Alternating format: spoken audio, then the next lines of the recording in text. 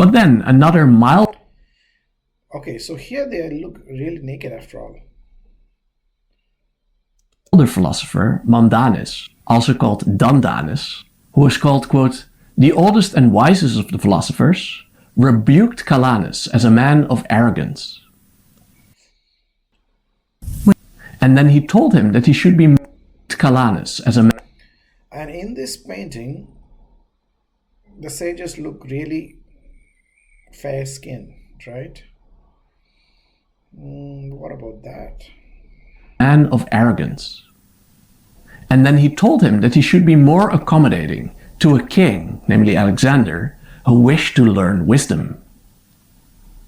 He then expressed admiration for Alexander as a, quote, philosopher in arms, and then apologized for the fact that because of the language barrier, despite having 3 interpreters around, the chance of his message being fully understood would be, quote, like expecting water to flow pure through mud. All that Onesicritus managed to understand was that, quote, the best teaching is that which removes pleasure and pain from the soul. The text continues, That is profound. Removes pleasure and pain from the soul. Wow. man trains the body for toil in order that his opinion may be strengthened, whereby he may put a stop to conflicts and be ready to give good advice to all. Mandanus then also advised Taxiles, the king of Taxila, to receive Alexander. In another source, Arrian, we read that Mandana also said that he needed little material goods, that he lived only on what the earth offered freely, and he expressed the opinion that Alexander's adventures were pointless. Mandanus was also a vegetarian of an extreme kind, eating only fruit, which was common among the Jains. He also spoke of So there's a bit of a debate, I think, whether these naked sages were Jains or Ajivikas or Buddhists or what. But the I think I just did a ChatGPT search, and ChatGPT says it could have been mostly Jains, but the Greeks also could have clubbed all of these naked sages together and then referred to them in a generic kind of way, right? But based on whatever you see, the extreme asceticism and nudity, and based on all of that, they say it could have been Jains. death as a release from the body, and he then asked Onesicritus whether such doctrines were also taught among the Greeks. Onesicritus responded, Pythagoras taught such doctrines, and also bade people to abstain from meat, as did also Socrates and Diogenes, and that he himself had been a pupil of Diogenes, referring to Diogenes the Cynic, the founder of the Cynic school of philosophy. The other one was skepticism and the cynicism, right? What's the difference between skepticism, cynicism?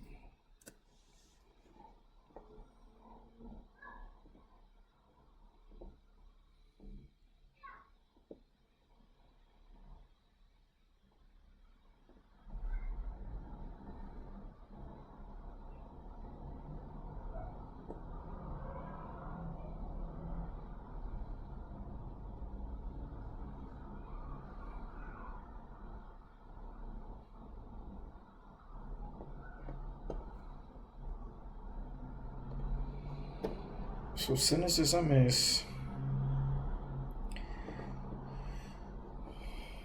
okay. Origin, Piro, and Asthenes focus knowledge and truth, virtue and lifestyle. All right.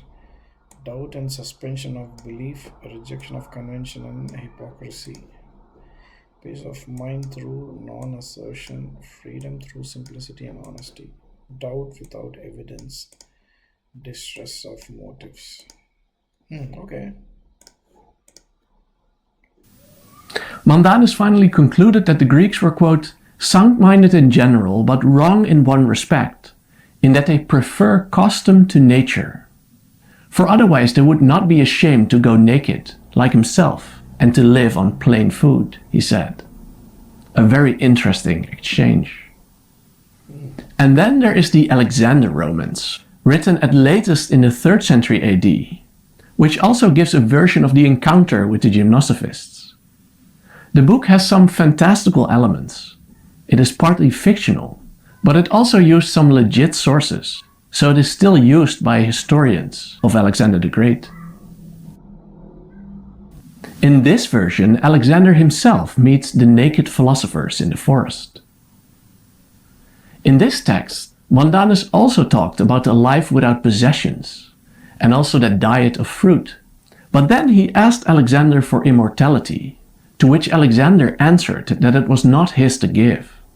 But it turned out to be a trick question.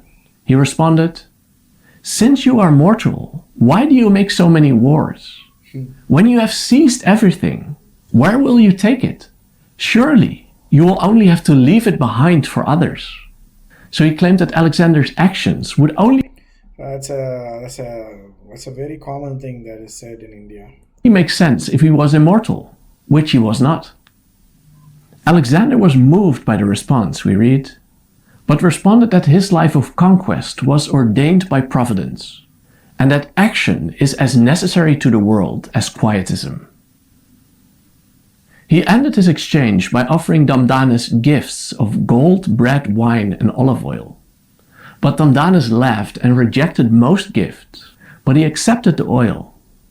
But instead of anointing himself with it, as the yogis sometimes did, he poured the liquid into a fire, likely showing the worthlessness of possessions. Now back to our main sources. After the encounter with Onesicritus, Calanus, the first gymnosophist, proved willing to visit Alexander himself. The rest of the ascetics disapproved of this, claiming that he got seduced by the pleasures of Alexander's table. But Calanus went anyway. He then impressed Alexander with a parable. He threw a dry ox hide on the floor and What is an oxide?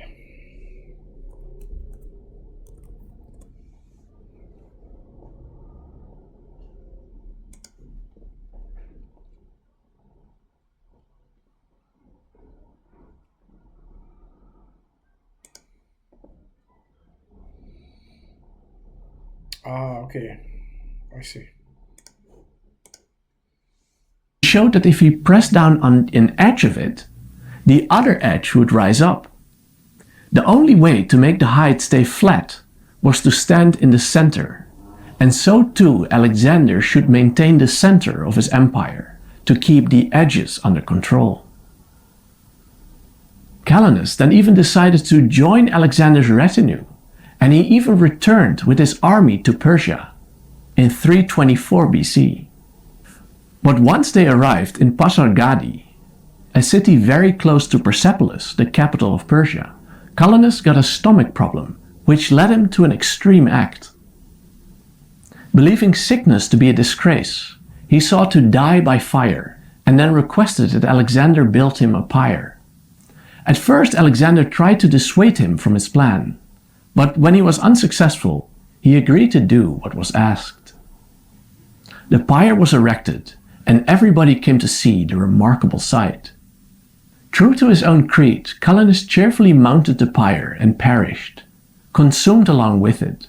Some of those who were present thought him mad, others vainglorious about his abilities to bear pain, while others simply marveled at his fortitude and his contempt for death.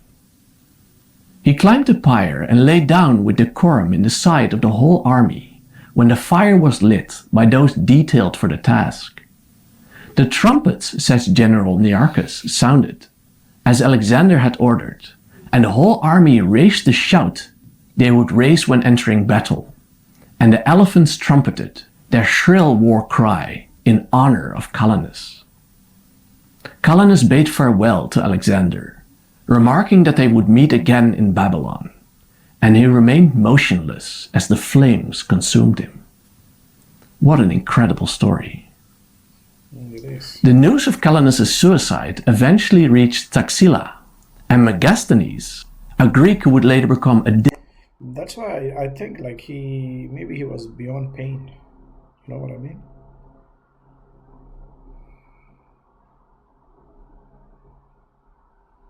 diplomat at the Indian court of King Chandragupta, also comments about it.